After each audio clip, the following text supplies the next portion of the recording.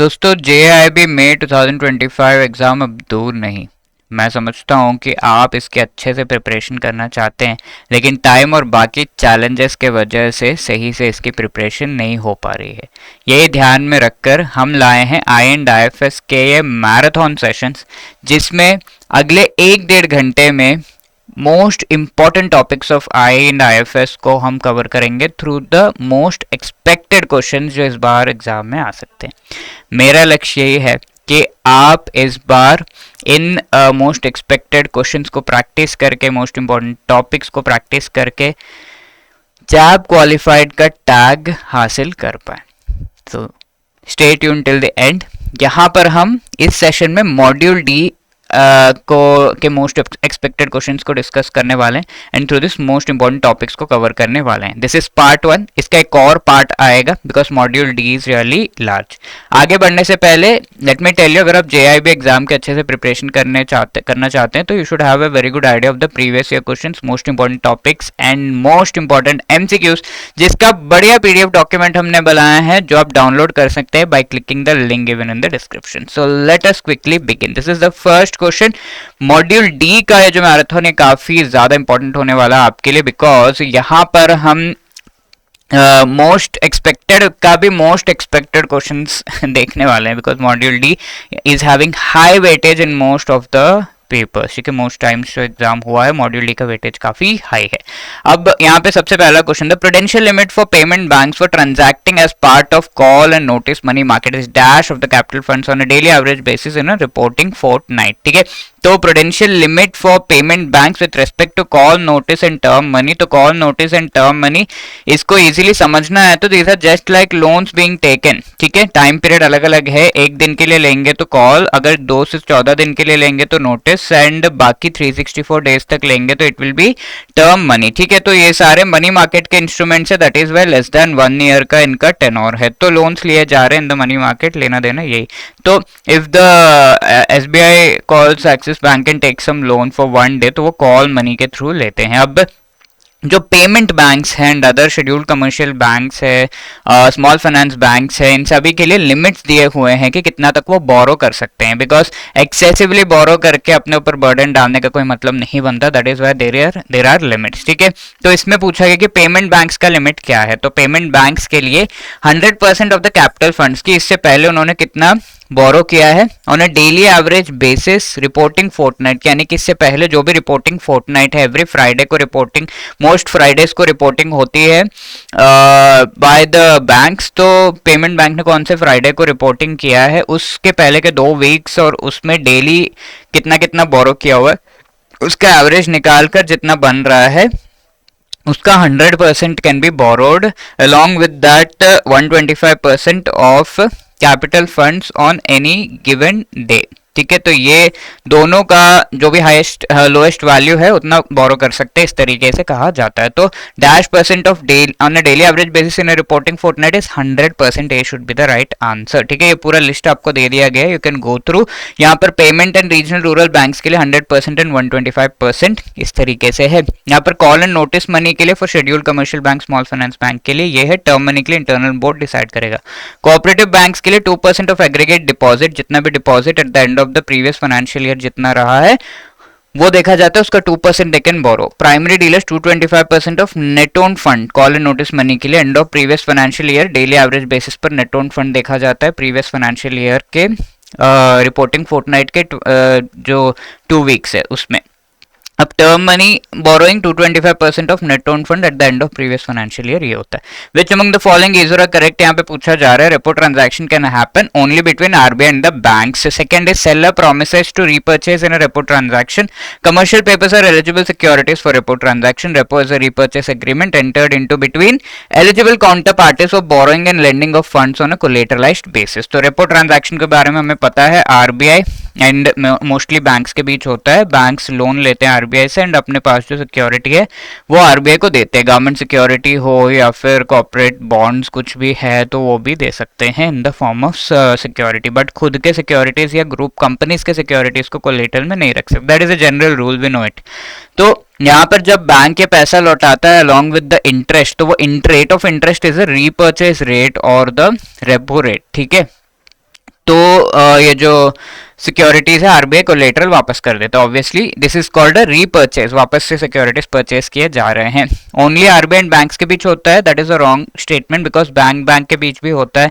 कई बार इसमें एक और एजेंट भी आ जाता है which is called the tri party agent. ठीक है, ट्राई पार्टी एजेंट बनने के लिए कितना रुपीस का नेटवर्थ होना चाहिए या फिर इनिशियल पेड अप कैपिटल होना चाहिए of that particular tri party agent, can you tell me? और इंडिया में कौन से ट्राई पार्टी एजेंट्स, दो ट्राई पार्टी एजेंट्स को हमने डेजिग्नेट किया हुआ है कि these two can be the tri party agents in India, तो वो दो एजेंट्स कौन है? If you know the answers for these questions do let me know in the comment section. Seller promises to तो ये तो गलत है, seller promises to repurchase securities, तो obviously yes. Commercial papers are eligible, yes, commercial paper, corporate bonds, ये सब eligible जो securities है फॉर द कोलेटरल।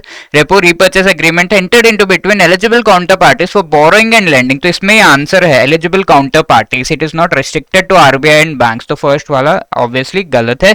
और ये कोलेटरलाइज्ड बेसिस पर है क्योंकि कोलेटरल इसमें लग रहा है, तो 2, 3 and 4 only, B should be the right answer. Is that clear? Repo related correct statements, right? Which among the following is the services provided by the intermediary in a tri-party repo contract? तो मैंने अभी बताया कि repo जो है bank 1 bank 2 के बीच हो सकता है।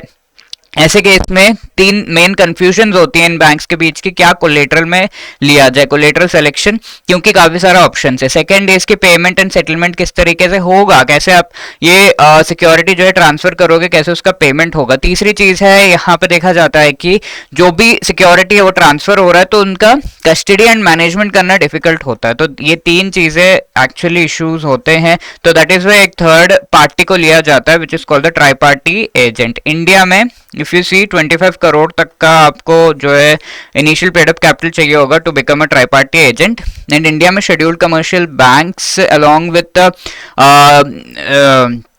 Stock exchanges and clearing corporations यहाँ पर बन सकते हैं ये tri party agent. And India में if you see number 1 CCIL and number 2 NSE are the tri party agent, national stock exchange and the clearing corporation of India limited. तो क्या functions provide कर रहे हैं? Payment selection, collateral and collateral selection, payment settlement and custody management, तीनों ही चीजें हैं। So C 1, 2 and 3 is the right answer. I hope this is clear. ठीक है, fourth question, you have to keep answering and let me know the score at the end. 50 questions होंगे, फटाफट से करेंगे।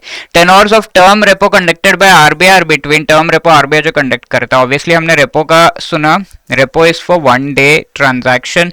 टर्म रेपो अगर हम देखें ये 1 डे से थोड़ा ज्यादा है, कितने दिन है आप बताइए? 7, 14, 28 डेज तक का ये हो सकता है। अब लॉन्ग टर्म रेपो ऑपरेशन अगर हम देखें 1 to 3 इयर्स का हो सकता है। इन सभी में जो इंटरेस्ट रेट है वो रेपो का ही लगता है। एंड प्रेजेंट रेपो रेट कितना है? Can anyone tell me? Do you have an idea? Please do let me know in the comment section के प्रेजेंट रेपो रेट कितना है। ठीक है, तो ये टर्म रेपो, इसका टाइम पीरियड कितना है? 1 to 3 year, 2 to 14 days, 2 to 28 days या 3 to 5 ईयर्स। तो टर्म रेपो पूछा हुआ है, नॉट लॉन्ग टर्म, तो term repo is 2 days to 28 days होता है। सी इज द राइट आंसर, क्योंकि long term repo multiple times पूछा हुआ एग्जाम में, देयर आर चांसेस कि टर्म रेपो पूछ लें। अब टर्म रेपो जैसा ही एक और इंस्ट्रूमेंट है जो जिस पर पीनल रेट MSF के इक्वल जो है रेट लगता है फॉर बोरोइंग, वो कौन सा रेट है? ठीक है, कौन से रेट पे 28 डेज तक के लिए आप बोरोइंग कर सकते हैं फ्रॉम आरबीआई, और इस रेट को हम डिस्काउंट रेट भी कहते हैं। ये क्वेश्चन पूछा हुआ था in the exam. Can anyone tell me ये कौन सा रेट है? आपको पता है तो let me know in the comment section. Which among the following is a prime objective of targeted long term repo operation? तो लॉन्ग टर्म रेपो ऑपरेशन हमने देख लिया कि आरबीआई बैंक्स को देता है क्या? लोन हियर, ठीक है, for the long term 1 to 3 years के लिए। अब ये टारगेटेड होता है कई बार कि एक पर्टिकुलर टारगेट बैंक को दिया जाता है, मेन टारगेट होता है। और ये targeted long term repo Covid के टाइम पे किया गया था कि कंपनीज जो है उनका कॉर्पोरेट बॉन्ड्स में कोई इन्वेस्ट नहीं कर रहा था, कंपनीज को लॉस हो रहा था, तो बैंक अब इन्वेस्ट करो कंपनी से कॉर्पोरेट बॉन्ड्स में, आपको लोन दे रहे हैं इसी वजह से। ठीक है, providing liquidity to the corporate bond market, yes. Supporting merchants, no. MSME sector, no. ठीक है, तो 1 only D should be the right answer.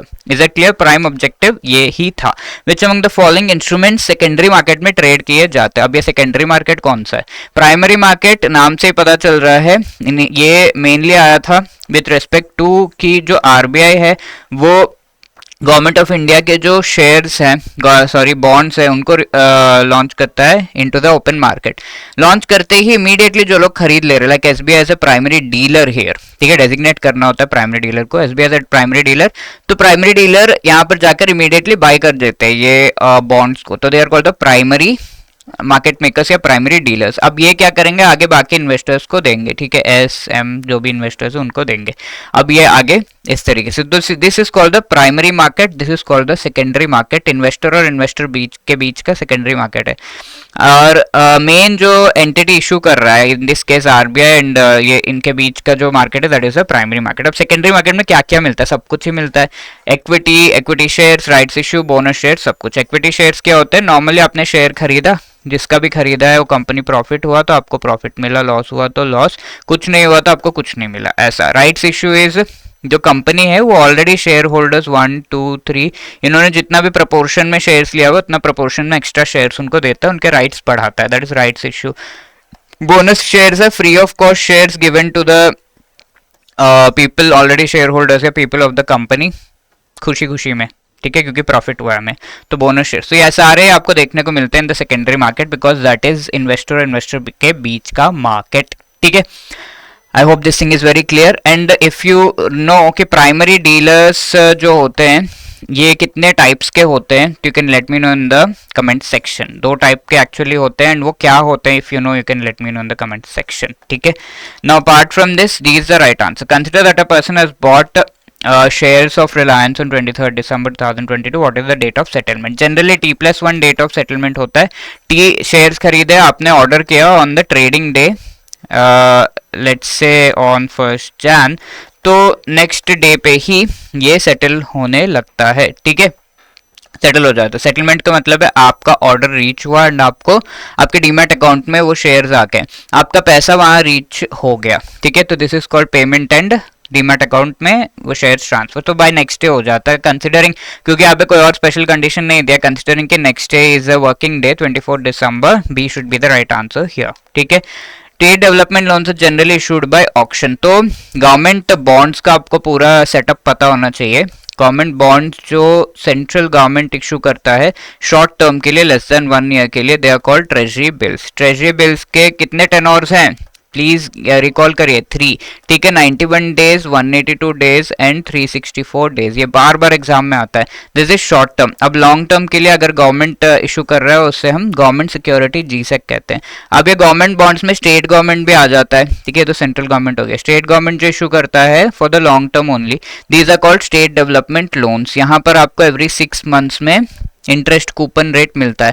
Apart from that central government कई बार इससे भी शॉर्ट टर्म, शॉर्ट का शॉर्ट टर्म यानी कि लेस देन 90 डेज के बॉन्ड्स भी इशू करता है, जिन्हें हम कैश मैनेजमेंट बिल्स कहते हैं, ठीक है। तो यहाँ पे क्या पूछा हुआ, state development role generally auction which is carried out by the Reserve Bank of India and pay dash interest at the coupon rate. कितना इंटरेस्ट वो जो है कितना टाइम पीरियड के बाद ये इंटरेस्ट पे करते हैं, ठीक है, हाफ ईयरली बेसिस पे ये इंटरेस्ट पे करते हैं। I already told you 6 months में, तो B should be the right answer. पूरा सेटअप गवर्नमेंट बॉन्ड्स का मैंने आपको बता दिया। इसी तरीके से अगर कॉर्पोरेट्स या कंपनीज इशू कर रहे हैं शॉर्ट टर्म के लिए बॉन्ड्स, तो उन्हें हम क्या कहते हैं, लॉन्ग टर्म के लिए तो कॉर्पोरेट बॉन्ड्स कहते हैं, शॉर्ट टर्म के बॉन्ड्स ऑफ द कंपनीज उन्हें हम क्या कहते हैं, can you let me know in the comment box which among the following securities is eligible for RBI retail direct scheme.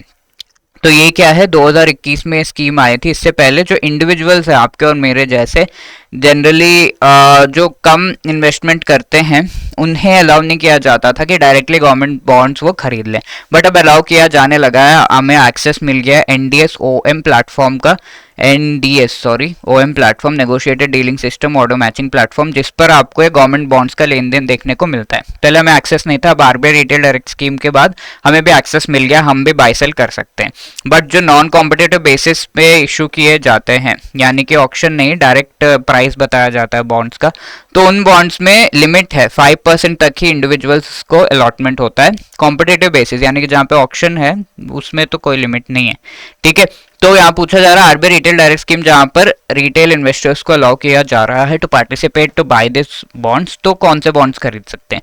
Government of India treasury bills, government of India dated securities which are the government securities, sovereign gold bonds जो again government of India के bonds and state development loans, चारों ही खरीद सकते हैं RBI retail direct scheme के through because all of these are government bonds. तो 1 2 3 and 4 is the right answer. यहाँ पर अगर कॉर्पोरेट बॉन्ड होता वो गलत होता। ठीक है, तो शॉर्ट टर्म के जो सिक्योरिटीज इशू किए जाते हैं, बॉन्ड्स इशू किए जाते हैं by the companies, they are called commercial paper. क्या कहते हैं इसे?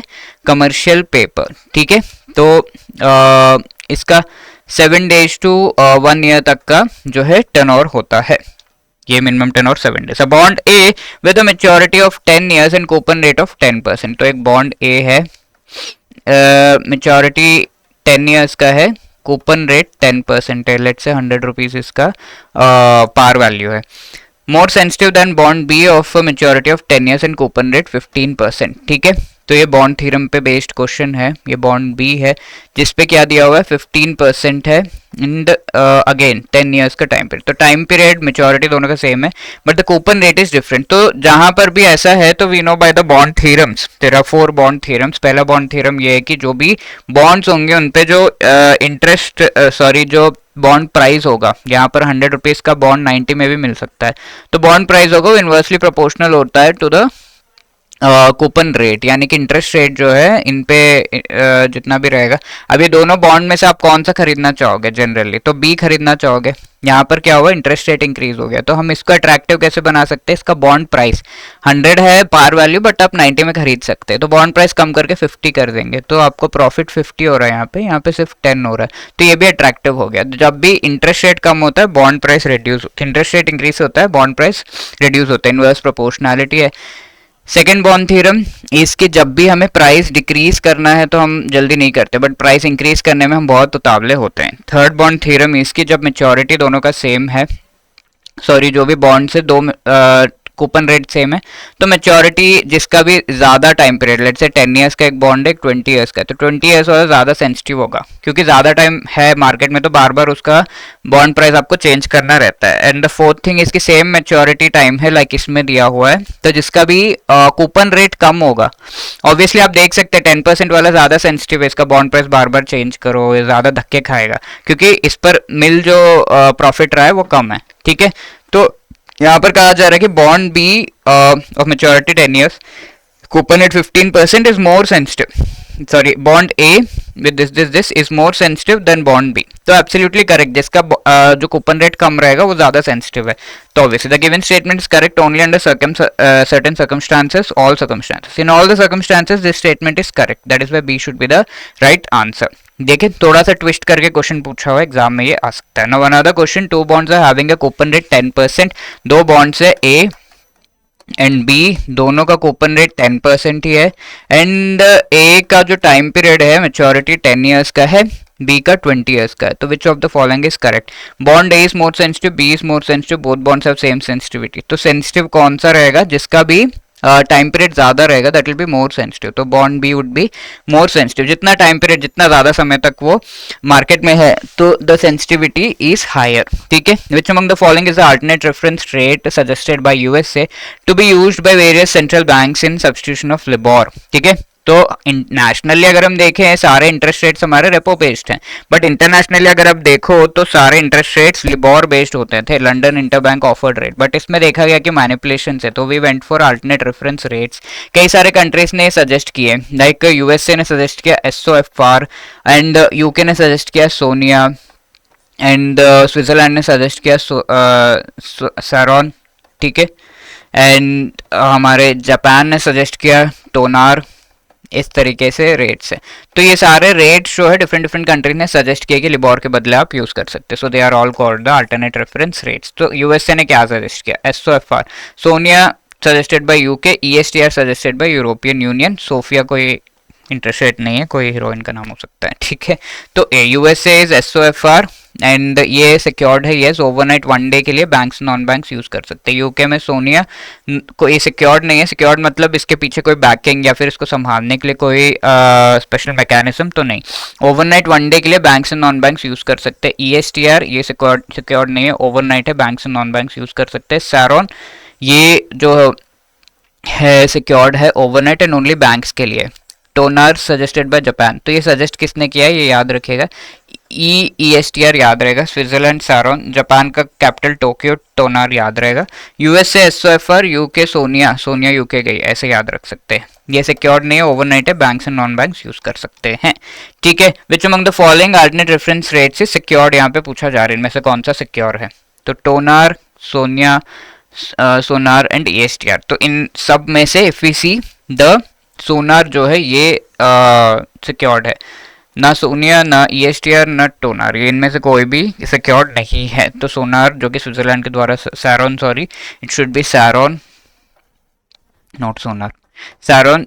ये स्विस एवरेज रेट ओवरनाइट, ये जो है it is safe and secure. ठीक है, तो this is only one. C is the right answer. Which among the following is or are the members of the Foreign Exchange Dealers Association of India? तो FEDAI it is a very important body, 1958 में establish हुआ। तो ये FEDAI जो है इसमें सारे foreign exchange related entities जो हैं उनको रिप्रेजेंट कर रहा है in front of RBI and government of India for performing various of its functions. या फिर कोई इशू है फॉरेन एक्सचेंज डीलर्स को तो वो पास ऑन करता है। फिर फॉरेन एक्सचेंज डीलर्स यानी कि बैंक्स एंड उनके पर्सनल को ट्रेन करता है, ब्रोकर्स को क्रेडिट करता है, स्टैंडर्ड सेट करता है कि क्या है क्या नहीं है इंटरनेशनली, अगर आपको लोन्स वगैरह देने या ट्रांजैक्शंस करने तो इंटरेस्ट रेट्स क्या रहेंगे, ये सब स्टैंडर्ड्स को सेट किया जाता है। तो इसके मेंबर्स कौन कौन हैं? Cooperative bank, public sector bank, private sector bank, foreign sector bank. All banks which are dealing in the foreign exchange they can be part of this particular FEDI association. So 1 2 3 and 4 D is the right answer. Even primary dealers भी इसका part है जो कई बार foreign exchange related dealing करते हैं अगर तो। ठीक है, next 15th is which among the following is functions of FEDAI. अभी मैंने आपको एक्सप्लेन कर दिया। Training bank personnel in areas of foreign exchange, accreditation of foreign brokers यानी कि ये ब्रोकर सही है, ही कैन वर्क प्रॉपर्ली, इस तरीके से क्रेडिट भी किया जाता है। Announcement of daily and periodical rates for the member banks, yes, rates को अनाउंस किया जाता है। So all these 3 are the correct option and C 1 2 and 3 should be the right answer over here. अभी हमने डिस्कस किया। 16 which among the following countries not part of the Asian clearing union. तो Asian clearing union इसीलिए आया था to increase the interconnectedness. तो different countries अगर आप देखो इन द साउथ एशिया, वो सभी एक दूसरे के साथ बहुत सारे ट्रांजैक्शंस करते हैं। लाइक इंडिया ने म्यांमार को कुछ भेजा एंड म्यांमार ने वापस भेजा, इंडिया ने श्रीलंका को कुछ मनी भेजा, श्रीलंका ने वापस भेजा, ऐसे बहुत सारे मल्टीलेटरल ट्रांजैक्शंस। अब इसने इसको भेजा, फिर इन दोनों ने कुछ ट्रांजैक्शन किया, तो ये मल्टीलेटरल ट्रांजैक्शन, ट्राईलेटरल हो गया। ऐसे बहुत सारे कंट्रीज इन्वॉल्व रहते हैं साउथ एशिया में, तो मल्टीलेटरल ट्रांजैक्शंस होते हैं। अब ये ट्रांजैक्शन जो है इनमें बहुत सारा फॉरेन करेंसी जाता था। फॉर एग्जाम्पल इंडिया ने $100 इसको भेजे, फिर म्यांमार ने वापस $50 भेजे, तो $150 यहाँ पर यूज होने हैं foreign currency. But if it were net settlement कि भाई तुमने 100 भेजे, तुमने 50 भेजे वापस, तो आसपास टाइम में भेजा हुआ है, तो अगर इंडिया सिर्फ 50 म्यांमार को भेजेगा दैट वुड बी इनफ ना, तो ओनली $50 लगेंगे इस ट्रांजैक्शन को कंप्लीट करने में। तो नेट सेटलमेंट कर सकते हैं थोड़ा टाइम वेट करके कि वापस कुछ तो नहीं आ रहा, वो सब सेटल करने के बाद उतना ही ट्रांजैक्शन जो है किया जाएगा। तो इस तरीके से नेट सेटलमेंट, तो net settlement on a multilateral basis इन सारे कंट्रीज के बीच सेटलमेंट करेंगे, ऐसा UNESCAP को ने सुझाव दिया। एंड 1974 में एशियन क्लियरिंग यूनियन बनाया गया of different countries. What are this countries? B square, I square, M square, NPS, ऐसे आप याद रख सकते हैं। B square is Bangladesh, Bhutan, I square is India, Iran, M square is Myanmar and Maldives, NPS समझ में आ रहा है, नेपाल, पाकिस्तान एंड श्रीलंका। ठीक है, तो ये कंट्रीज इसमें हैं। एंड यहाँ पर आप देख सकते हैं चाइना तो है ही नहीं, which is not a member. अगर हम देखें बांग्लादेश, इंडिया, ईरान है, बट चाइना नहीं है, तो that is why C would be the right answer. 17 which among the following statement is correct? Price of a bond is inversely related to the change in the interest rate. पहले मैंने bond theorem आपको बता दिया and this is right. Increase in price of a bond when the interest rate goes down by a certain percentage is greater. Increase ज़्यादा होता है, decrease हम ज़्यादा नहीं करते हैं. तो this is also correct bond theorem. तो C both 1 and 2 is right. Already explained. As per SEBI regulations on merchant banking, a merchant bank that can act as issue manager, portfolio manager, co-manager, underwriter, advisor और consultant to an issue is dash. तो merchant banker का main काम क्या होता है? Normal commercial bank का काम क्या है? वो डिपॉजिट लेते हैं, लोन देते हैं. इन दोनों में लेट्स से 10% डिपॉजिट, 15% आपका लोन, तो 5% प्रॉफिट जो है ये कमाते हैं. तो डेट का बिजनेस है मेनली. बट अगर इक्विटी कोई शेयर्स इशू कर रहा है तो ऐसे केस में bank can help in the form of a merchant banker. तो ये शेयर्स इशू करने वाले एंटिटी को बहुत सारी चीजें ध्यान में रखनी होती हैं. पहली चीज की इशू करने से पहले कितने शेयर्स इशू करने हैं, क्यों इशू करना है, कौन सेबी के कौन से रूल्स एंड रेगुलेशंस फॉलो करने हैं, स्टॉक एक्सचेंज के कौन से जो है रूल्स एंड रेगुलेशंस एंड किस तरह के एग्रीमेंट्स हमें करने हैं, लिस्टिंग कैसे करानी है, फिर शेयर जो इशू कर रहे हैं कैसे हम पब्लिसिटी करेंगे, कैसे किसको बताएंगे, कौन से वेबसाइट पे क्या अपलोड करना है. अब इशू होने के बाद किसको वो अलॉट हो रहा है, किसका रिफंड जा रहा है, ये सारी चीजें देखना. बहुत कुछ है. तो मर्चेंट बैंकर एक्चुअली मैनेजमेंट का काम करता है, सारी चीजें हेल्प करता है. That is called the issue management mainly. अब portfolio management is different shares एक कंपनी ने इशू किए हैं तो उन सभी को मैनेज करना. वो फिर को manager is that one who is helping the main manager. ठीक है, main merchant bank. Underwriter is the next one, जो कि ये शेयर जो इशू किया है कंपनी ने वो किस तरीके से मार्केट में परफॉर्म करेंगे. अगर अच्छा करेंगे तो मैंने भी खरीद लिया. अगर एसबीआई ने लेट से कह दिया नई कंपनी को कि एक्स कोई कंपनी है कि इसके शेयर्स बहुत अच्छे हैं, मैंने भी खरीदा, तो everybody would be interested to invest in that. तो अंडरराइटिंग, एडवाइस एंड कंसल्टेंसी आपको पता है बताना किस चीज के लिए ये किया जा रहा है. तो ये सारे फंक्शंस कैटेगरी 1 मर्चेंट बैंकर के द्वारा किए जाते हैं. तो ये सर्कल्स के थ्रू याद रख सकते हैं. कैटेगरी 4 मर्चेंट बैंकर क्या है? He can only do advisory and consultancy. अब कैटेगरी 3 जो है अंडरराइटिंग प्लस कैटेगरी 4 के फंक्शंस, यानी कि अंडरराइटिंग प्लस एडवाइजरी कंसल्टेंसी, ये दोनों ही तीनों चीजें कर सकता है. अब कैटेगरी 2 का मर्चेंट बैंकर जो है वो co manager and portfolio manager along with underwriting advisory consultancy ये भी कर सकता है. Then we have the category 1 merchant banker जो इश्यू मैनेजमेंट कर सकता है, co management, then portfolio management, underwriting, advisory, consultancy सब कुछ कर सकता है. तो यहाँ पे पूछा जा रहा है कि सारे एक्टिविटीज कौन कर सकता है. So obviously the correct answer is A, category 1 merchant banker. ठीक है, आई होप ये categories of merchant banker clear है. Incorrect statement with respect to derivative पूछा जा रहा है. तो what is a derivative? Think about a share. Shares अगर आप देखो तो ये डेरिवेटिव के 3 प्रॉपर्टीज होते हैं. पहली चीज की इसकी वैल्यू किसी अंडरलाइंग एसेट पे डिपेंड करता है. तो शेयर्स का वैल्यू किस पे डिपेंड करता है? किसी भी कंपनी के को प्रॉफिट होगा तो शेयर्स पे प्रॉफिट, लॉस होगा तो शेयर्स पे लॉस, इस तरीके से. नेक्स्ट थिंग इज ये डेरिवेटिव पर जो इन्वेस्टमेंट आप कर रहे हैं वो नो या लिटिल बहुत कम इन्वेस्टमेंट किया जाता है. तो शेयर्स का वैल्यू बहुत कम, 100 ऐसा कुछ होता है each share. And third thing इसकी सेटलमेंट कब हो रहा है? Settlement of the derivatives happens in the future, यानी कि शेयर्स आप खरीदते हैं इसलिए कि फ्यूचर में आप उसे सेल कर सको with some profit when it is giving you profit. तो ये मेन जो है फीचर्स है. तो यहाँ अगर हम देखें इनकरेक्ट स्टेटमेंट पूछा जा रहा है. Financial instrument whose value changes in response to change in underlying entity. Yes, it is financial instrument that requires high initial investment, not at all. ये इनकरेक्ट है, so B will be the right answer. Financial instrument settled at future date, yes. ठीक है, तो B should be the correct answer. अब 20th question, incorrect statement related to the forward contracts पूछा जा रहा है. तो डेरिवेटिव्स 4 तरह के होते हैं. एक तो फॉरवर्ड, तो आप पूरा चैप्टर ही पढ़ ले रहे हैं यहाँ पर ये सारा कुछ करके. So I told you that is main thing. Third is option and the fourth one is what? Swaps. ठीक है, 36 चैप्टर में ये सारे आते हैं. तो फॉरवर्ड क्या है? यहाँ पर आप देखते हैं कि जो लेट्स से आपको फ्यूचर में कुछ डॉलर्स बाय करने हैं, तो आपने देखा कि मार्केट में स्पॉट वैल्यू ये है, इसे स्पॉट रेट कहते हैं. बट आपने सोचा कि फ्यूचर में थोड़ा तो बढ़ेगा, तो ये 85 रुपीज़ पे मैं डील कर लेती हूँ किसी के साथ. तो किसी ने कहा कि I will sell at 85 rupees. ठीक है, नो प्रॉब्लम. तो this is called a forward deal. कि फॉरवर्ड में आपने एक डील कर ली स्पॉट रेट पे थोड़ा ऐड करके कि हाँ इतना अमाउंट पर I will by this, the other person said okay इतना अमाउंट पे I can sell. That is called a forward contract. तो ये यहाँ पर मैंने क्या कहा, एक पर्सन दूसरे पर्सन से डायरेक्ट बात कर रहा है, कोई स्टॉक एक्सचेंज की बात ही नहीं की मैंने. ठीक है, तो डायरेक्ट बात करने का मतलब है ओवर द काउंटर है. यहाँ पर कोई स्टैंडर्डाइजेशन नहीं है, कोई भी फिक्स्ड मार्जिन या फिर कमीशन किसी को देने की जरूरत नहीं है. राइट। तो ये सारी चीजें डायरेक्ट कॉन्टैक्ट में आप रहते हैं विद द अदर पर्सन। अगर यही चीज आप same contract through the stock exchange करते हैं, that is called a futures contract. ठीक है, इसे हम फ्यूचर्स कॉन्ट्रैक्ट कहते हैं। और कई बार यहाँ पर ऐसा होता है कि ये डील तो हमने कर ली, बट मार्केट में हमने देखा 82 रुपीज में मिल रहा है, लेट्स से 3 मंथ्स के बाद आपको बाय करना है, तो 82 रुपीज में मिल रहा है मार्केट में, बट आपने डील तो 85 का कर ली। तो जो बायर है वो कॉल ऑप्शन ले सकता है। कई बार मार्केट में आपको ये 90 रुपीज का मिल रहा है, तो जो सेलर उसके लिए लॉस है ये, तो सेलर पुट ऑप्शन ले सकता है कि मैं मार्केट से खरीद लूँ चाहे तुमसे खरीद लूँ, that is my decision, call and put option. ठीक है। And swap sir currency and money को स्वैप करना, जो हम आगे नेक्स्ट सेशन में देखेंगे क्वेश्चंस के थ्रू। ठीक है। फॉरवर्ड कॉन्ट्रैक्ट्स के बारे में यहाँ पूछा जा रहा है, स्टैंडर्डाइज्ड अमाउंट होते हैं? नहीं, स्टैंडर्ड अमाउंट्स नहीं होता, बिकॉज एक दूसरे के बीच बातचीत है, ऊपर नीचे अमाउंट को कर सकते हैं। ये 24/7 अवेलेबल है, यस, बिकॉज एक दूसरे के बीच का बातचीत है, कभी भी कर लो।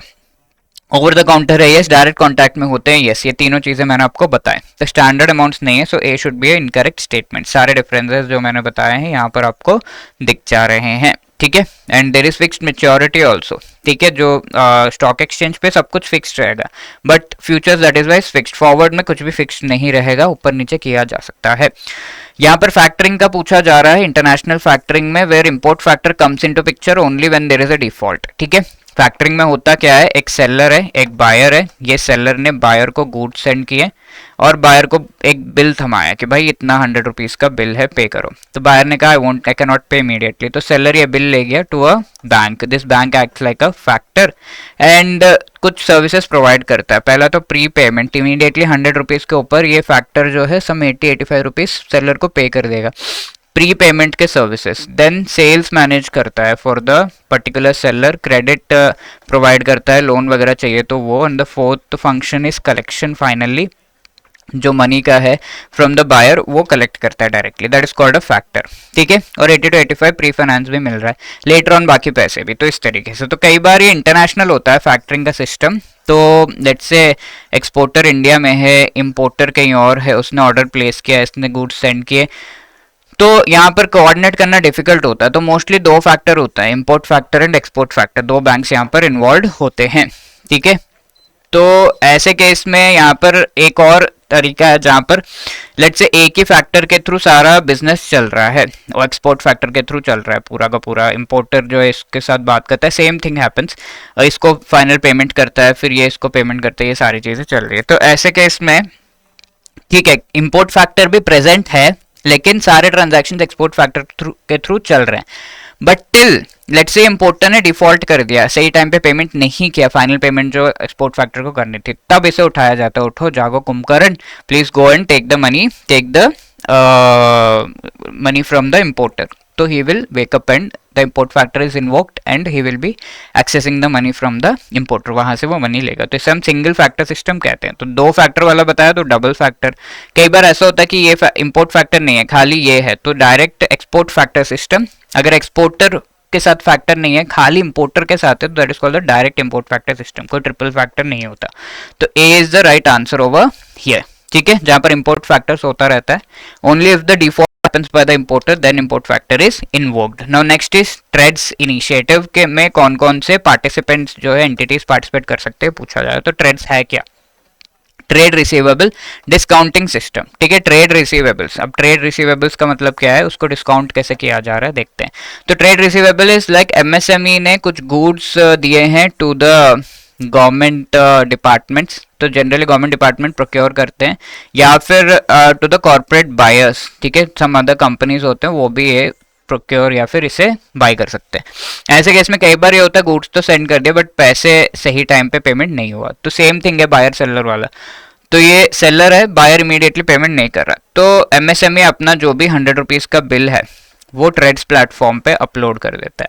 अब ये ट्रेड्स प्लेटफॉर्म पे इसका पूरा प्रोसेस चलता है। पहला कि जो भी बिल अपलोड किया गया है, इस बिल को फिर बायर से कंफर्म किया जाता है कि ये सही है या नहीं। दूसरी बात है कि कंफर्म करने के बाद इसे फैक्टरिंग यूनिट्स में कन्वर्ट किया जाता है कि 100 रुपीज़ का 50 रुपीज़ का एक यूनिट है, 20 का एक है, 30 का एक यूनिट है, तो इस पे बिडिंग करो। फैक्टर्स बिड करते हैं, ठीक है। ये फैक्टर्स कौन है? बैंक या नॉन बैंक फैक्टर्स होते हैं, ठीक है। फैक्टर का मीनिंग अब तो पता है आपको। तो ये बिड करते हैं 50 पे, लेट से 49 रुपीज़ किसी ने बिड किया कि मैं दूंगा, 20 पे किसी ने कहा कि मैं 18 रुपीज़ दूंगा, ठीक है, इमीडिएटली। क्योंकि डिस्काउंटिंग, यही डिस्काउंटिंग है, जो पैसा है उससे थोड़ा कम देना, बिकॉज आपको इमीडिएट पैसा चाहिए, ठीक है, और मुझे प्रॉफिट चाहिए। तो 49 तो 50 मिलेगा, तो 1 रुपये का प्रॉफिट हो गया, ठीक है। यहाँ पे कुछ और 28 रुपीज़ का बिडिंग है। तो इस तरीके से बैंक्स नॉन बैंक्स बिडिंग करते हैं, एंड वो पैसा जो भी है इमीडिएटली उस एमएसएमई को मिल जाता है। Although not completely 100 rupees, but थोड़ा अमाउंट, मोस्ट अमाउंट मिल जाता है, तो दे आर हैप्पी। अब थर्ड थिंग है इसकी, फाइनली जब डेट आता है, ये गवर्नमेंट डिपार्टमेंट कॉर्पोरेट जो है वो इन्हें पेमेंट कर देते हैं, ठीक है। तो इस तरीके से ये पूरा फैक्टरिंग का सिस्टम चलता है। तो इसमें दोनों ही चीज़ें हो सकती हैं, या तो एमएसएमई इस बिल को अपलोड कर सकता है, या तो गवर्नमेंट डिपार्टमेंट अपलोड कर सकता है। एमएसएमई कर रहा है तो फैक्टरिंग, ये गवर्नमेंट डिपार्टमेंट कर रहे हैं तो रिवर्स फैक्टरिंग कहते हैं इसे, ठीक है। तो कौन कौन से एंटिटीज इन्वॉल्व है यहाँ पर? MSME seller yes, corporate buyer yes, government department yes, public sector bank factors, NBFC bank factors, सब इंक्लूडेड है। तो that is why C 1 2 3 4 and 5 should be the right answer, ठीक है। C is the right answer over here. As per the regulations of Reserve Bank of India, entity can act as tri-party agent. अभी हमने देखा कितना करोड़ रुपए होने चाहिए try party agent बनने के लिए। नेटवर्थ वी ऑलरेडी सॉ ना 25 करोड़। कौन से दो एंटिटीज ट्राई पार्टी एजेंट बन सकते हैं? फटाफट से बताइए मुझे chat box in the comment section, ठीक है। तो B is the right answer. 24 which among the following is exit routes for venture capital financing? अब ये वेंचर कैपिटल फाइनेंसिंग क्या, बहुत ही सिंपल है, चैप्टर 38 का टॉपिक। इसमें we know there are different startups जिनके पास एक बहुत बढ़िया आइडिया होता है, बट ये आइडिया, उस बल्ब को अच्छे से ग्लो करवाने के लिए आइडिया को हमें प्रोडक्ट में कन्वर्ट करना है, तो इससे कुछ पैसा चाहिए होता है। तो they can go for the venture capitalist, high net worth individual with so many companies interested to invest in your idea, तो वो पैसा देता है, ठीक है। This is called venture capital financing. India में भट्ट कमेटी ने इसे रिकमेंड किया था कि इसे लाना चाहिए। रिस्क कैपिटल फाउंडेशन सबसे पहला वेंचर कैपिटल का जो गवर्नमेंट सेक्टर के द्वारा एस्टैब्लिश्ड एक कंपनी था, वेंचर कैपिटल फंड्स जो प्रोवाइड करता था। अब वेंचर कैपिटल ने इस तरीके से इन्वेस्ट करने का मतलब क्या होता है, क्या देता है इसको?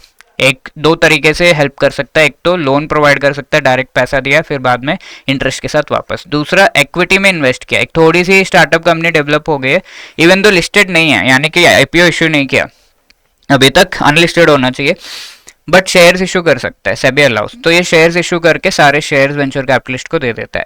शेयर्स का मतलब क्या है? प्रॉफिट होगा तो वापस पैसे दूंगा, नहीं तो नहीं दूंगा, यही होता है शेयर्स का मतलब। लोन में क्या है, आपको पैसे पक्का पक्का देने होते हैं वापस। तो लोन के भी टाइप्स हैं, बट ये लोन जो है डेट में आ जाता है, एंड शेयर्स आर इक्विटी। तो मोस्टली इक्विटी जो है बाई की जाती है। अब एग्जिट कैसे किया जाए, ठीक है, वेंचर कैपिटलिस्ट को निकलना है तो कैसे किया जाए? तो अगर ये स्टार्टअप कंपनी ने अपने शेयर्स को आईपीओ इशू कर दिया, जनरल मार्केट में जो है आईपीओ इशू करके पब्लिक के लिए लॉन्च कर दिया, तो वेंचर कैपिटलिस्ट शेयर्स को फिर मार्केट में, सेकेंडरी मार्केट में सेल करके निकल जाता है। तो बाई शेयर्स, बाईबैक, और कई बार ये शेयर्स जो है कह देता है भाई मुझे नहीं करना अब इन्वेस्ट तुम्हारा, बाईबैक यानी कि तुम वापस ले लो shares. Then liquidation, investee company है, कंपनी कई बार डूब जाती है तो लिक्विडेशन होने लगता है, तो ऐसे के इसमें पैसे वापस करते हैं। एंड आईपीओ इशू करने पर ये अपना शेयर जो वहां जाके सेल कर देता है। This is another exit root. Loan दिया हुआ है तो लोन के पैसे वापस आ गए तो वैसे ही सेल्फ लिक्विडेट हो जाता है। तो these are different exit routes. इस पे बार बार क्वेश्चन आया एग्जाम में, तो 1 2 एंड 3 तीनों ही एग्जिट रूट्स है, तो D should be the right answer. Now leasing पर ये क्वेश्चन, लीज वेरी सिंपल। आप कहीं राइड पे जा रहे हैं पहाड़ों पे या फिर कहीं बीच में, गोवा में घूमने जा रहे हैं, तो what you do, you take a bike और a car on rent. That is simple concept of leasing. Rent पे लिया, गए फिर वापस कर दिया। Instead of buying a car there and going, you just taking it on rent. कहीं पे रह रहे हैं वहां पे घर रेंट पे ले रहे हैं, कई बार घर लीज पे भी लेते हैं, 10 साल का रेंट दे दिया एक साथ, ऐसा, ठीक है। तो वो होता है lease. Lease means just take on rent, keep paying the rent. आपका जो है वो प्रोडक्ट आपको खरीदना नहीं है, बस लीज पे लेकर यूज कर रहे हैं and then give it back. तो एयरलाइन ओनर कई बार एयरलाइन जो एरोप्लेन है वो भी लीज पे लेता है, ठीक है। तो वो लीज पे मोस्टली शॉर्ट टर्म के लिए लेना चाहता है, तो ऐसे में कौन सा लीज एक्चुअली हेल्प करेगा? तो there are different types of lease. Direct leasing is that कि किसी ने जो है कोई सामान उसके पास नहीं है तो वो बाई करता है। लेट्स से ये बाइक रेंट पे देना है तो बाई करके आपको फिर वो रेंट पे देता है। That is called direct leasing, buy and then give it to you. Sale and lease back is जो पर्सन जिसका बाइक है उसने आपको बाइक सेल कर दिया, और फिर वो कह रहा है मुझे वापस लीज पे दे दो। तो इस तरीके से कि वो बाइक के पैसे भी आ गए एंड वो बाइक भी नहीं गई, लीज पे ले लिया वापस, that is sale and lease back. Finance leases की आपको मिलता है रेंट पे, बट ये रेंट में आप एज अ इंस्टॉलमेंट्स पे करते रहते हैं total cost. It is like कोई कार आप खरीदना चाहते हैं तो उसके इंस्टॉलमेंट्स पे करे, तो इस तरीके से इंस्टॉलमेंट्स में पे कर दिया, तो that is a finance lease. तो फाइनेंस लीज में आपको एट द एंड एक ऑप्शन मिलता है कि आप वो पर्टिकुलर जो एसेट है उसे बाय कर सके, ठीक है, परचेज का ऑप्शन मिलता है। Operating leases for short term, simple lease, ठीक है, रेंट पे लेना, तो D should be the right answer. Short term के लिए एयरलाइन ओनर लेना चाहता है तो operating lease. Which among the following is effect of leasing, ठीक है, तो डेट इक्विटी रेशियो जो कंपनीज का होता है, डेट लेट से 100 रुपीज एक कंपनी का, इक्विटी 100, इसने लीज पे कोई सामान लिया हुआ है तो ना तो डेट ना तो इक्विटी में ये शो होता है, बिकॉज कोई लोन तो नहीं लिया, कोई इक्विटी भी बाय नहीं किया है, जस्ट रेंट दे रहे हैं, तो ये रेवेन्यू एक्सपेंडिचर का पार्ट है, यहाँ कहीं भी शो नहीं होता। तो इनिशियली 1:1 हमारा डेट इक्विटी रेशियो था, जो कि अनचेंज्ड 1:1 ही रहता है because of the leasing process, ठीक है, there is no change in the debt equity ratio, it remains unchanged, ठीक है, तो C is the right answer. Generally हम यही चाहते हैं, कोई लोन लेके करेगा तो यहाँ पे 100 रुपीज ऐड हो गए लेट से, तो 200:100, so that is a 2:1 ratio, ठीक है, ऐसा। तो C should be the right answer over here. Which among the following is not a feature of hire purchase, यहाँ पर पूछा जा रहा है, ठीक है। तो हायर परचेज क्या होता है, same like if you are buying a particular car, but आप एक बार में पैसा नहीं दे सकते, तो आप इंस्टॉलमेंट्स में देते हैं, पहले डाउन पेमेंट 20 to 25% कर दिया एंड देन इंस्टॉलमेंट्स में आप बाकी मनी जो है दे देते हैं। तो हायर परचेज में सेम थिंग होता है, रेंट टाइप का इंस्टॉलमेंट्स में आप देते हैं and eight the and you have N option two by it, ठीक है, आपने हायर किया, यूज किया एंड देन फाइनली आपको परचेज का ऑप्शन मिल जाता है, ठीक है।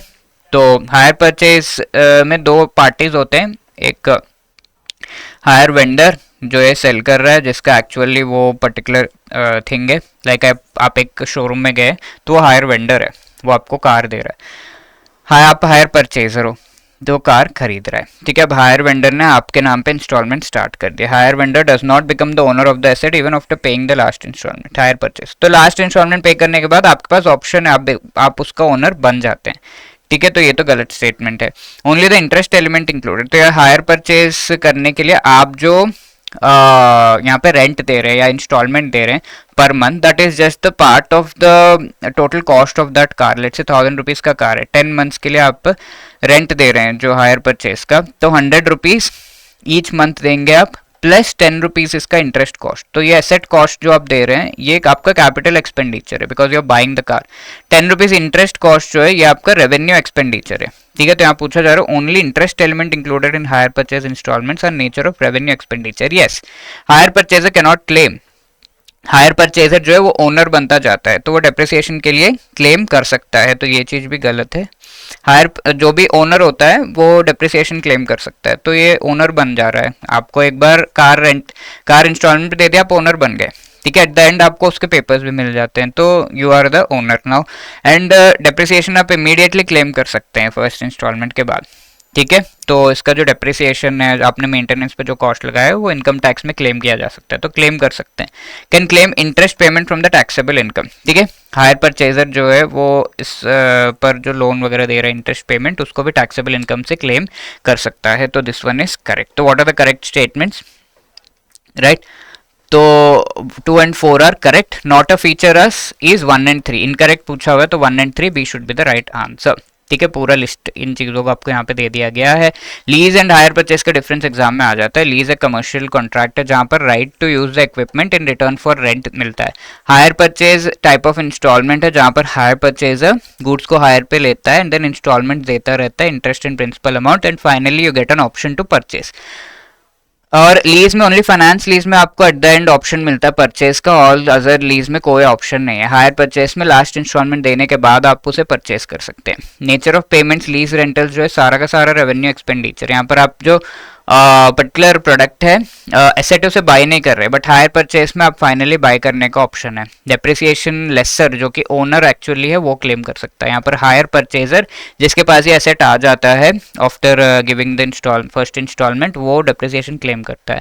टैक्स बेनिफिट्स लेसर जो है डेप्रिसिएशन एंड लेसी जिसने जो ये पे कर रहा है वो मेंटेनेंस एंड रेंटल्स जो है वो टैक्सेबल इनकम में से डिडक्ट करवा सकता है, क्योंकि वो रेंट पे कर रहा है, वो रेंट भी टैक्सेबल इनकम में से हट जाता है। Hire purchaser depreciation, interest payment, interest borrowed on, जो भी लोन लेकर जब ये हायर परचेज के कॉन्ट्रैक्ट में गया, वो सब चीज़ों के इंटरेस्ट वगैरह पे वो टैक्स बेनिफिट क्लेम कर सकता है। Credit rating agencies in India classify ratings into dash grades, ठीक है, रेटिंग्स कितने ग्रेड्स में क्लासीफाई किए जाते हैं। तो किसी को क्रेडिट रेट किया, उसके बाद उसे एक नए कैटेगरी में डालते हैं, या तो कैटेगरी वुड बी कि इन्वेस्टमेंट ग्रेड, यानी कि अच्छा है, इन्वेस्ट कर सकते हैं। नॉन इन्वेस्टमेंट ग्रेड, जो कि उतना अच्छा नहीं है। Third one would be default grade. ऐसे 3 ग्रेड्स में डालते हैं, ठीक है। यहाँ पर ठीक है, धड़ल्ले से इन्वेस्ट करो, यहाँ पर थोड़ा सावधानी से, यहाँ पे मत करो, इस तरीके से कंपनीज को डालते हैं। तो दीज आर द ग्रेड्स। तो 3 ग्रेड्स में डाला जाता है बी, ठीक है। A dash fund is open ended debt scheme investing in government securities. तो गवर्नमेंट सिक्योरिटीज को हम गिल्ट एज्ड सिक्योरिटीज भी कहते हैं, बिकॉज ये काफ़ी अच्छे जो सिक्योरिटीज होते हैं, rate of interest fair and अच्छा सेफ होते हैं, जिसमें पक्का पक्का आपको रिटर्न मिलता है। That is they called guilt aged. बढ़िया पेपर, बढ़िया जो है सिक्योरिटीज है जिनमें आप पैसे लगा सकते हैं। तो जब भी गवर्नमेंट सिक्योरिटी में आप पैसा लगाते हो उसे हम गिल्ट फंड कहते हैं, ठीक है। Then conservative hybrid fund is कि जब आप म्यूचुअल फंड्स में पैसा लगाते हो, म्यूचुअल फंड्स का पूरा प्रोसेस क्या है, बहुत सारे लोग पैसा लगाते हैं, फंड्स पूल होता है। यहाँ पर म्यूचुअल फंड एक्सपर्ट होता है जो कि ये पैसे किसी स्कीम में डालता है, और ये स्कीम में डिफरेंट इन्वेस्टमेंट्स होते हैं जिनमें ये पैसे जाते हैं, तो पोर्टफोलियो ऑफ इन्वेस्टमेंट्स कहा जाता है। तो ये hybrid conservative hybrid fund means your 60 to 40% investment is going into the debt, यानी कि सेफ सिक्योरिटीज है, पक्का पक्का प्रॉफिट आएगा। देन रिमेनिंग आपका 40% तक पैसा जा रहा है इनटू इक्विटी, ठीक है। Remaining money is going into the equity which is not so safe, ठीक है। तो इस तरीके से ये हो रहा है। तो that is why we call this one as the conservative hybrid fund. Fund of funds is where different mutual fund 1, mutual fund 2 ऐसे स्कीम्स है। तो एक म्यूचुअल फंड है जो इन म्यूचुअल फंड के स्कीम्स में पैसा लगा के प्रॉफिट कमा रहा है, that is called fund of funds. Then floater fund is where mutual fund कहाँ जहाँ जहाँ पैसा लगा रहा है, all of those are floating interest rates, ठीक है। आपको एक्सपेक्टेशन है कि सारे इंटरेस्ट रेट्स इंक्रीज होंगे, तो फिक्स्ड इंटरेस्ट रेट नहीं है, कभी 10 है कभी 15%, ऐसे फ्लोटिंग इंटरेस्ट रेट वाले इंस्ट्रूमेंट्स में पैसे जा रहे हैं। तो A gilt fund should be the right answer over here. Now 30, mister Rajesh owns a restaurant which he bought 3 years ago 50 lakh rupees पे। तो एसेट कॉस्ट इस पे कितना है, 50 lakh. He had bought fire insurance, यहाँ पर फायर इंश्योरेंस 40 लाख वर्थ इन्होंने ले रखा है। रेस्टोरेंट में फायर लग गया और लॉस इन्हें जो हो रहा है दैट इज द 50 लाख, ठीक है। तो यहाँ पर जो कंपनसेशन वो क्लेम कर सकते हैं वो कैसे कैलकुलेट किया जाए। तो कंपनसेशन जो ये क्लेम कर सकते हैं यहाँ वो कैलकुलेट कर सकते हैं बेस्ड अपॉन दिस थिंग कि आप इनको नॉर्मली अगर हम देखें कितना इंश्योरेंस, कितना पार्ट इन्होंने कवर कर रखा है पूरा एसेट का, 40 lakhs कवर किया है, 50 lakhs is the total asset cost into कितना इनको लॉस हो रहा है, ठीक है। ये इसको सॉल्व करेंगे, 40 lakh is the answer that he can claim, 40 lakhs claim कर सकते हैं, B should be the right answer. 31 the risk coverage under the prime minister Jeevan Jyoti बीमा योजना, ठीक है। तो जीवन ज्योति बीमा योजना is a life insurance policy. अगर किसी भी कारण से पर्सन की डेथ होती है जिसके नाम पे ये पॉलिसी है तो 2 लाख रुपीस का पैसा मिलता है। इसी तरीके से आप मुझे बताएं प्रधानमंत्री सुरक्षा बीमा योजना में जो एक्सीडेंटल डेथ या फिर फुल डिसेबिलिटी होता है उसमें कितना मिलता है पैसा, एंड जो पार्शियल डिसेबिलिटी होता है उसमें कितना पैसा मिलता है एक पर्सन को, ठीक है। तो if you know you can tell me. तो here the answer is 2 lakh rupees, B, ठीक है। Lock in period for PPF, ये एक स्कीम है जिसमें आप लमसम अमाउंट पे डालकर बाद में जो है पेंशन के फॉर्म में आपको पीरियोडिक जो है पेंशन मनी मिलता रहता है। थोड़ा लमसम अमाउंट विड्रॉल भी आप कर सकते हैं, दैट इज पीपीएफ। बट इसमें लॉक इन पीरियड होता है, ये lock in period her bar exam में आता है, 5 years, 10 years, 15 years, 20 years, clichéd question है। तो सी 15 years is the right answer, please remember the lock in period. ये पीपीएफ नेशनल सेविंग्स इंस्टीट्यूट के द्वारा स्टार्ट किया हुआ एक स्कीम है। इंडियन सिटीजन अटल पेंशन योजना जो कि लंदन में रह रहा है, इंडियन सिटीजन रेजिडेंट जो कि लंदन में रह रहा है तो एनआरआई है, तो ये अटल पेंशन योजना में इन्वेस्ट करना चाहता है। इसके क्या कंडीशंस है, ठीक है, which among the following is correct in this regard?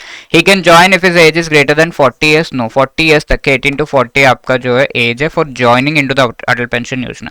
Eligibility conditions, valid savings bank account या पोस्ट ऑफिस अकाउंट होना चाहिए, यस करेक्ट है। Join only after permission from EPFO, no need of any permission from EPFO, SEBI या RBI. तो ये एक valid eligibility condition है 18 to 40 years, and वो एनआरआई है फिर भी ज्वाइन हो सकता है। NRIs also are allowed, so B is the right answer, ठीक है। अब 84, pick the odd one out of the following. तो ये चैप्टर 45 से यही क्वेश्चन मोस्टली आता है टाइप्स ऑफ रेट्स के रिलेटेड।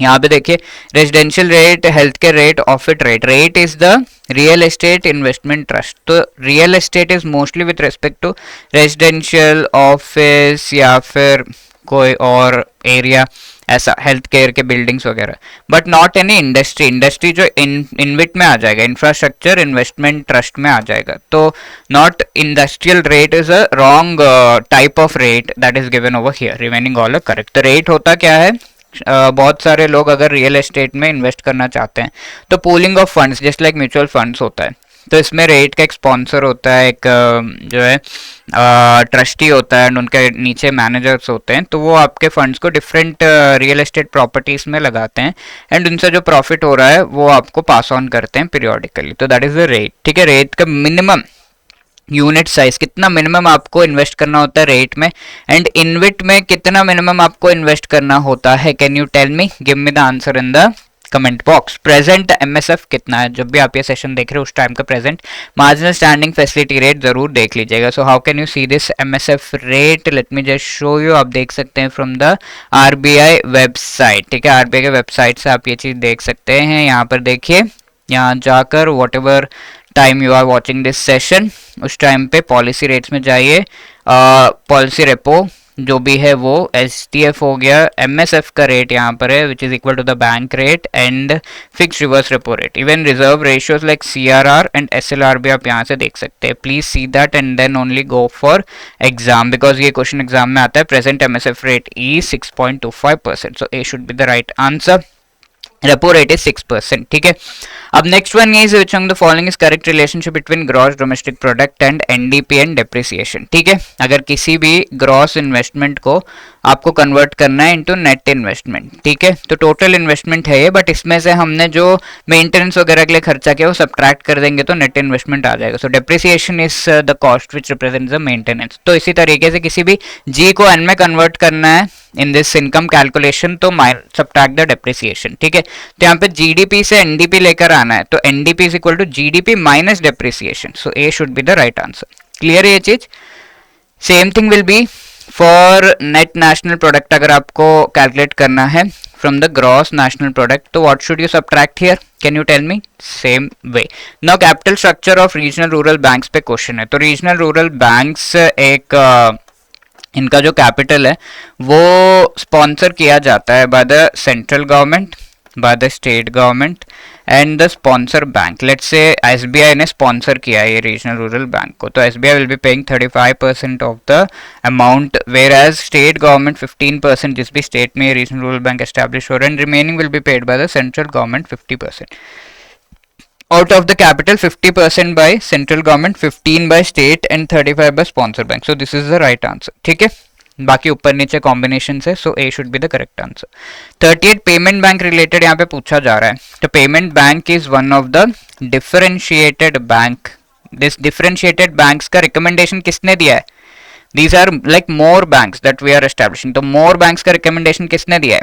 ठीक है, तो two types of differentiated bank. Differentiated का मतलब क्या है? ये यूनिवर्सल नहीं है, सारे कस्टमर्स को बेनिफिट करने वाला बैंक नहीं है, सभी कस्टमर्स को केटर नहीं करता। Like payment bank vendors merchants के लिए, जो कि high value transactions and high volume and low value transactions इसमें मेनली होते हैं।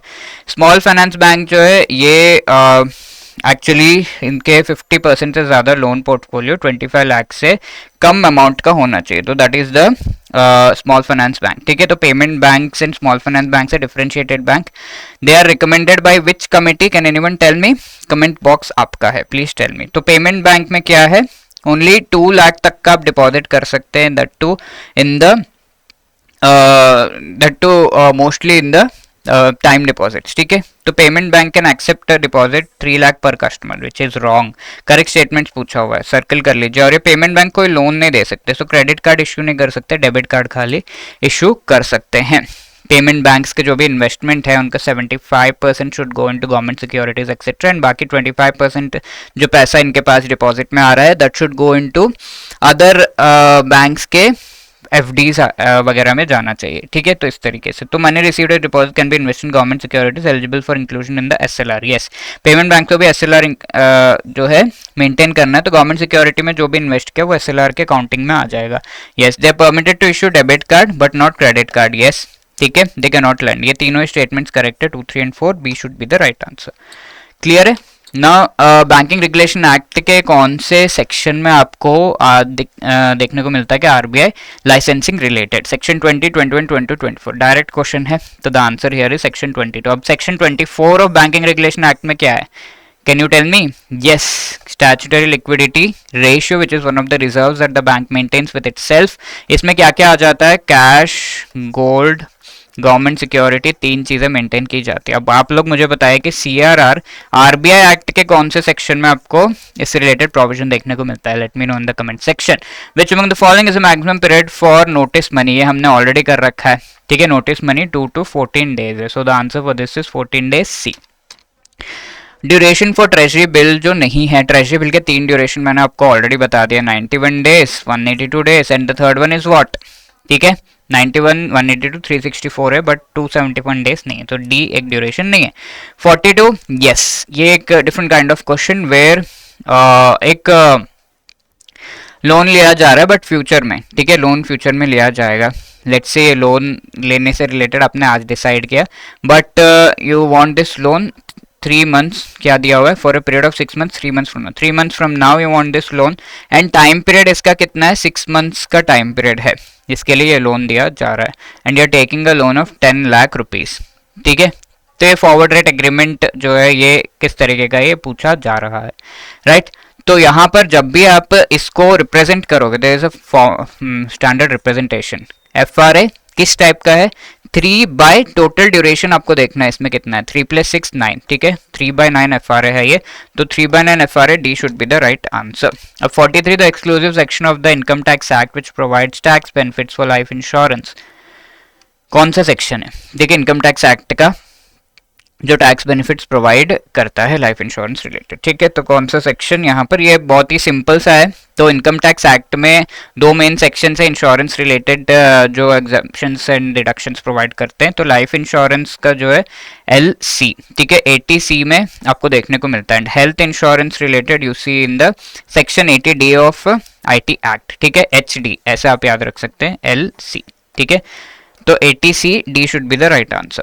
Which among the following cannot act as both borrowers and lenders in the call notice term money? तो कई entities है जो दोनों borrower lender नहीं बन सकते। कॉल नोटिस टर्म मनी में क्या लोन दिया लिया जाता है, कॉल में कितना 1 day notice, 2 to 14 days, term money is still 364 days, ठीक है, इस तरीके से। तो borrower lender सारे एंटिटीज बन सकते हैं, लाइक बैंक्स हो गए एंड आपके प्राइमरी डीलर्स वगैरह, बोरोवर लेंडर दोनों बन सकते हैं। बट कुछ है जो सिर्फ लेंडिंग यानी कि लोन्स दे सकते हैं, ले नहीं सकते। तो who is that entity?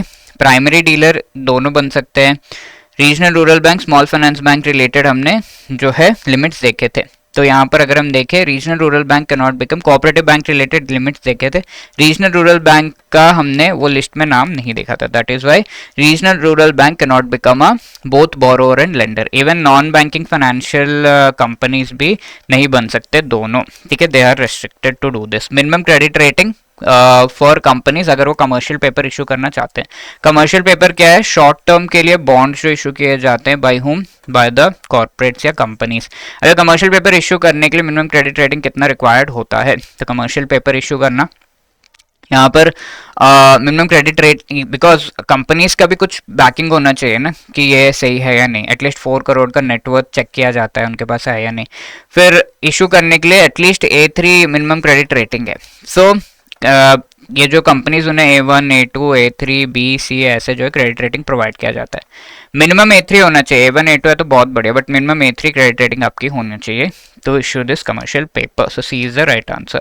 Minimum amount जो सर्टिफिकेट ऑफ डिपॉजिट में आपको रखना है, तो certificate of deposit is an instrument like आपको करंट अकाउंट में तो जीरो जो rate of interest, savings account में 2 to 3%, देन एफडी आरडी में 6 to 8% है, एंड उससे ऊपर अगर रेट ऑफ इंटरेस्ट आपको चाहिए कहीं पे इन्वेस्ट करके, सो that is certificate of deposit. ठीक है, बट इसमें कैच है कि 5 लाख रुपीज मिनिमम आपको रखना है। 7 days to 30 days का टाइम पीरियड है। इसमें आपको सर्टिफिकेट ऑफ डिपॉजिट में you get a 7 day buyback period. ठीक है, कि 7 days के अंदर रिटर्न आप कर सकते हैं। ये सारे मेन फैक्ट्स है। Certificate of deposit like cooperative banks issue नहीं कर सकते, बाकी सब इशू कर सकते हैं, ऑल इंडिया फाइनेंशियल इंस्टीट्यूशंस भी इशू कर सकते हैं। So minimum amount is 5 lakh rupees that you can invest over here. Dash is unsecured money market instrument issued in the form of promissory note by private companies mainly। तो unsecured money market instrument private companies issue कर रहे हैं, तो bonds जो private company short term के लिए issue कर रहे हैं, द कमर्शियल पेपर डी।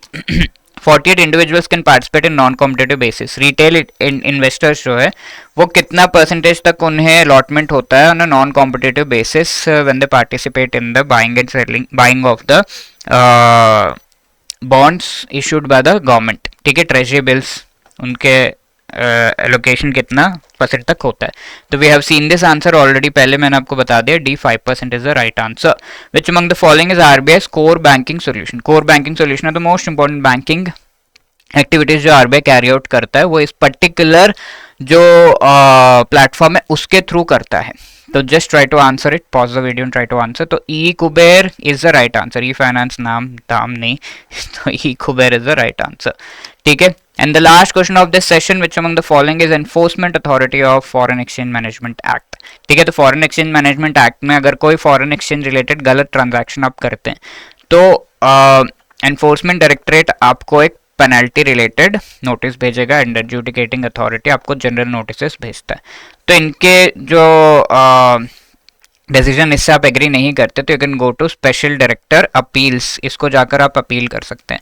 इनके जो डिसीजन उससे भी आप खुश नहीं है तो अपीलेट ट्रिब्यूनल के पास जाकर आप ये अपील कर सकते हैं। अब इससे भी खुश नहीं है तो कोर्ट में जाओ। ठीक है, तो इस तरीके से पूरा अपील सिस्टम चलता है। तो इज एनफोर्समेंट डायरेक्टरेट, यहाँ पर foreign exchange department state bank of India नहीं, enforcement directorate ministry of finance के द्वारा ये एनफोर्स किया जाता है। ठीक है, तो ये भी नहीं है, तो B should be the right answer. ठीक है, पूरा सेटअप मैंने बता दिया फीमा एक्ट का। This was the last question. Do let me know your score in the comment section कि आपने कितना स्कोर किया, कितने मार्क्स आपने ऑब्टेन किए।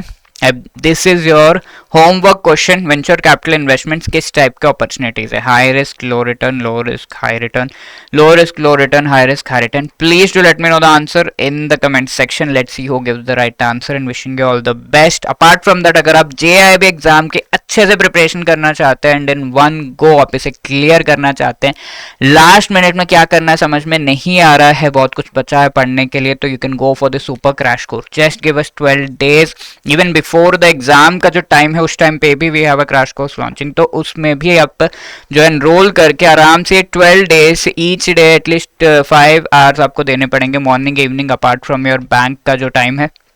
In that time, we will be teaching you the most important topics of all the 4 components through the live classes। आप इन्हें attend करके लास्ट मिनट में अपना बेस्ट एफर्ट दे सकते हैं to go for qualifying this particular exam। Each and every chapter के आपको short notes and each and every chapter के MCQs, full length mock test, everything is being provided, so you can just be completely tension free। ठीक है, तो last minute में ये last effort अगर आप लगाना चाहते हो कैन गो फॉर दिस। इसका लिंक आपको डिस्क्रिप्शन में मिल जाएगा। JIB 80 कोड के थ्रू आपको 80% का डिस्काउंट भी मिल रहा है। Wishing you all the best, अच्छे से प्रिपेयर करिए एंड इस सुपर क्रैश कोर्स का पार्ट बनिए। Even though you have prepared but want a revision, quick revision, तो आप इसके थ्रू कर सकते हैं। ठीक है, तो यहाँ पर if you have any other queries call us on this number and you can drop a mail also hello@edutap.co.in। और अगर ये सेशन अच्छा लगा, आपके टॉपिक्स रिवाइज हुए हैं सारे, you can let me know in the comment section by dropping in your lovely comments, waiting for them।